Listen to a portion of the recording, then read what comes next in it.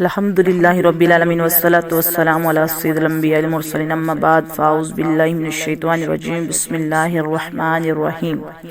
اللہ عز و جل قرآن پاک میں ارشاد فرماتا ہے، پاک ہے وہ ذات جو لے گیا اپنے خاص بندے کو راتوں رات مسجد حرام سے مسجد اقصی کی طرف، جس کے آس پاس ہم نے برکت نازل کی تاکہ ہم اپنے اس خاص بندے کو اپنی قدرت کی خاص نشانیاں دکھائیں۔ بے شک وہی سننے والا اور وہی دیکھنے والا ہے۔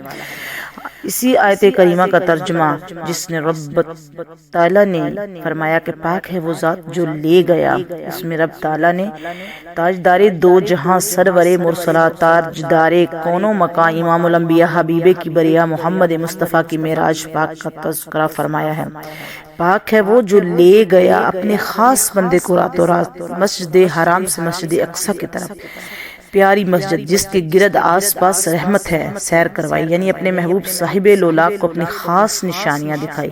بے شک وہ سننے والا اور دیکھنے والا ہے۔ کائنات میں سفر معراج کا تذکرہ کرنے سے پہلے رب کائنات نے تذکرہ معراج کرنے سے پہلے اپنی عظمتوں، شان اور کبریائی بیان فرمائی، پھر معراج مصطفیٰ کا ذکر فرمایا۔ خداوندی یہ ہے کہ اے محبوب، جہاں تیرا ذکر ہوگا وہاں میرا ذکر ہوگا، جہاں تیرا ذکر ہوگا وہاں میرا ذکر ہوگا۔ دوسری وجہ یہ کہ اس خال کے دو جہاں کو علم تھا کہ میری مخلوق میں کچھ لوگ ایسے ہوں گے جو معراج مصطفیٰ کا انکار کریں گے۔ اللہ تعالیٰ نے اس واقعے سے پہلے اپنی کبریائی بیان فرمائی کہ بتا دیا سیر کروانے والا رب قدیر ہے، جس کے کن کہنے سے نست کو خیست اور عدم کو وجود ملا۔ ان اللہ علی کل شیء قدیر، اس کی شان ہے، چاہے تو رات کے تھوڑے سے حصے میں اپنے پیارے محبوب کو مکان و لا مکان کی سیر بھی کرا سکتا ہے۔ سی معراج کے راز محبتاں دا نہیں سی ہر ایک دی سمجھ وچ آن والا، سدیا طالب تے گیا مطلوب، جبرائیل سد لے جان والا، بازے کہندے نے بنا دروازیاں تو گیا کس طرح عرش تے جان والا، اے پر عقل نو ابر کی دخل ہوتے جان والا جانے تے لے جان والا جانے۔ سوال یہ پیدا ہوتا ہے کہ اللہ تعالیٰ نے معراج کیوں کروائی؟ اس کی پوشیدہ حکمتیں ہیں۔ اللہ تعالیٰ جانتا ہے کہ اس کے محبوب صلی اللہ علیہ وسلم اللہ تبارک و تعالیٰ کے محبوب صلی اللہ علیہ وسلم کی آگے کچھ جو ہیں اسرار بیان کیے ہیں اس معراج کو کروانے کا۔ علماء اکرام نے کچھ اسرار بیان کیے ہیں جس کا ذکر اللہ تبارک و تعالیٰ نے فرمایا کہ اللہ تعالیٰ لے گیا، پاک ہے وہ ذات۔ تحقیق اللہ تعالیٰ نے مومنوں کی کیوں معراج لے گیا، لے جانے والی رب کی ذات ہے، معراج کروائی، اور کروائی کیوں؟ اس کے کچھ راز ہیں جو علماء نے بیان کیے، وجوہات بیان کی کہ معراج کرائی کیوں۔ ایک وجہ تو یہ بھی بتائی کہ اللہ تبارک و تعالیٰ قرآن پاک میں ارشاد فرماتا ہے، تحقیق اللہ تعالیٰ نے مومنوں کی جانیں اور ان کے مال جنت کے بدلے خرید لیے ہیں۔ اللہ تعالیٰ خریدنے والا مومن، بیچنے والا جان اور مال، یعنی جو کچھ بیچا جا رہا ہے اس کی قیمت جنت ہے۔ سرکار دو عالم صلی اللہ علیہ وسلم اس سودے کے وکیل اعظم ہیں۔ وکیل کا یہ کام ہوتا ہے کہ وہ مال کو بھی دیکھے اور قیمت کو بھی دیکھے۔ اللہ تعالیٰ نے فرمایا کہ محبوب آپ اپنے امتیوں کی جانوں اور اموال سے تو مشاہدہ فرما ہی رہے ہیں، آئیے ذرا تشریف لا کر ان کی جو قیمت ہم نے مقرر فرمائی یعنی جنت کو بھی دیکھ لیں، بلکہ اس جنت کے خالق کو بھی دیکھ لیں۔ مال کے کائنات نے زمین و آسمان کو پیدا فرمایا۔ ایک وجہ یہ بھی ہے کہ جب اللہ تبارک و تعالیٰ نے آسمان اور زمین کو پیدا فرمایا تو زمین اور آسمان کا مناظرہ ہوا۔ فلک بولا کہ مجھ میں ماہ خورشید درخشاں ہے، زمین بولی کہ مجھ میں لہل ہے گلہائے خندہ ہے۔ فلک بولا زمین سے مجھ میں انوار الہی ہیں، زمین بولی مجھ میں اسرار الہی ہے۔ فلک بولا مجھ میں کہکشاں تاروں کی جڑی ہوگی، زمین سن کر یہ بولی مجھ میں پھولوں کی لڑی ہوگی۔ فلک بولا گھٹا اٹھ کر میری تجھ کو گھٹا دے گی، زمین بولی کہ مجھ کو عاجزی تجھ سے بڑھا دے گی۔ فلک بولا بلندی دی خدا نے ہر طرف مجھ کو، زمین بولی ملا ہے خاکساری کا شرف مجھ کو۔ فلک بولا اے مجھ میں تارے مجھ میں ہیں، تاروں سے زینت ہے، زمین بولی کہ غنچے مجھ میں ہے، غنچوں سے نگہت مجھ میں ہے۔ فلک بولا میرے اوپر ملائک کے محل ہوں گے، زمین بولی کہ مجھ میں بیل بوٹے اور پھل ہوں گے۔ فلک بولا کہ ستاروں سے مزین میرا سینہ ہے، زمین بولی کہ مجھ میں طور ہے مکہ مدینہ ہے۔ فلک بولا کہ مجھ پر کرسی عرش و علا ہوں گے، زمین بولی کہ مجھ پر اولیاء انبیاء ہوں گے۔ آمنہ کا چاند عرض بطحا کے افق پر طلوع ہوا تو زمین مسرت میں ڈوب کر اپنا سر اونچا کر لیا۔ آسمان کو مخاطب کر کے کہا، اے آسمان، اب میں تجھ سے بہر صورت بہتر ہوں، کیونکہ مجھ پر سید دو عالم جلوہ فرما ہے، وہ روح دو عالم جن کے صدقے اللہ نے کل کائنات کو تخلیق فرمایا۔ یہ سن کر آسمان نے اعتراف کرتے ہوئے سر کو جھکا دیا اور بارگاہ احمدیت وحدانیت میں عرض کی، مولا کریم اپنے محبوب کو عرش اعظم پر بلا تاکہ وہ مجھے اپنے قدم مبارک سے مشرف فرمائیں، زمین کے سامنے شرمندہ ہونے سے بچا لیں۔ چنانچہ اللہ نے اپنے محبوب پاک کو لامقام پر بلانے کے لیے آسمانوں کو اپنی شاہراہ بنا کر دعائے افلاک کو شرف قبولیت سے نوازا۔ ایک رات سید عالم کی چشمان مبارک حالت نیند میں دل اطہر لا ینام قلبی کے تحت بیدار تھا کہ اچانک ہی جبرائیل علیہ السلام حاضر خدمت ہوئے۔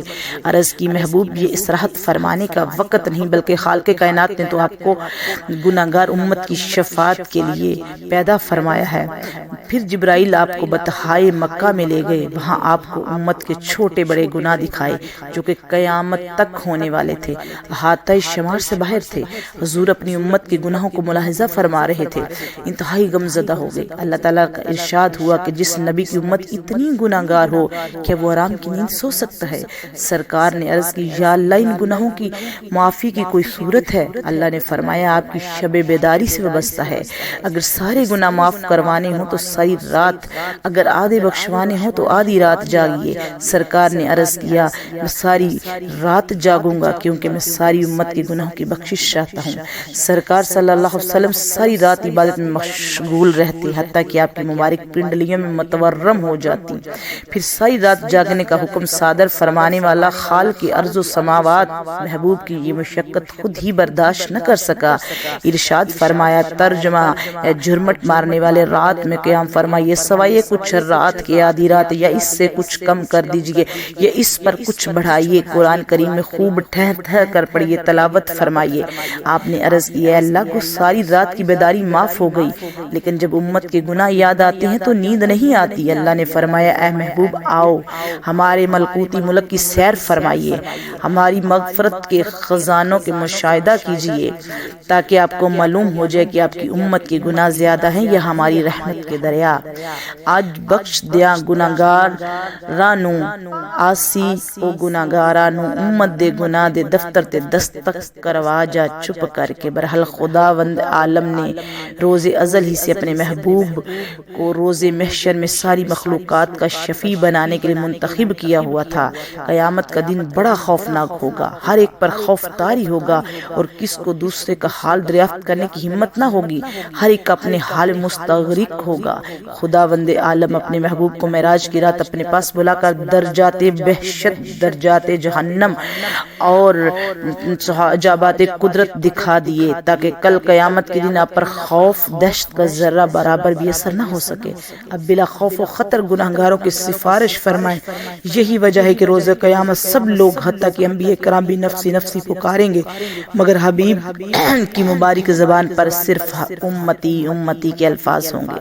جب رب کائنات نے فرشتوں کو ارشاد فرمایا کہ میں زمین میں اپنا نائب بنانے والا ہوں، فرشتوں نے عرض کی، مولا، کیا ایسے کو نائب بنائے گا جو اس میں فساد پھیلائیں گے، خون ریزیاں کریں گے؟ اللہ نے فرمایا، میں جانتا ہوں جو تم نہیں جانتے، یعنی ان میں سے میں اپنا پیارا محبوب محبوس فرماؤں گا جس کی خاطر کائنات عالم مارز وجود میں آئی، جس کی خاطر 14 طبق بنائے گئے۔ اے فرشتوں، تمہاری نظر صرف فسادیوں کی طرف ہے، مگر میری نظر اپنے محبوب محمد رسول اللہ کی طرف ہے۔ جب فرشتوں نے حضور کا نام نامی اسم گرامی سنا تو دیکھنے کی تمنا کرنے لگے۔ فرشتوں نے عرض کی، مولا، ایک مرتبہ اپنے محبوب پاک کو عرش پر بلا تاکہ ہم بھی تیرے محبوب کی زیارت سے مشرف ہو سکیں۔ اللہ تعالیٰ نے ارشاد فرمایا، فرشاں عرشاں وچ اسماناں خلق خدا وچ دو وسدی، پاک محلہ تو ساڈے کارن ہر دی جان ترس دی۔ اے میرے محبوب، آپ آسمان پر تشریف لا کر آسمان والوں کو، عرش والوں کو بھی اپنے جمال کی زیارت کروا دیجئے۔ صدائے سروش آئی، آج کی شب وہ شب ہے کہ جس میں تمام انبیاء آسمانوں کو سرکار صلی اللہ علیہ وسلم کی زیارت سے مشرف کیا جائے گا۔ صفا بن کے کھلونا نبیاں نے، راہ مل کے بہنا ولیاں نے، محبوب دا سارے اشیاء نو دیدار کرایا جانا ہے۔ حضور صلی اللہ علیہ وسلم فرماتے ہیں کہ ہمارے 4 وزراء ہیں، 2 آسمانوں میں جبرائیل اور میکائیل، اور 2 زمین پر ابو بکر صدیق اور عمر فاروق۔ گویا حضور کی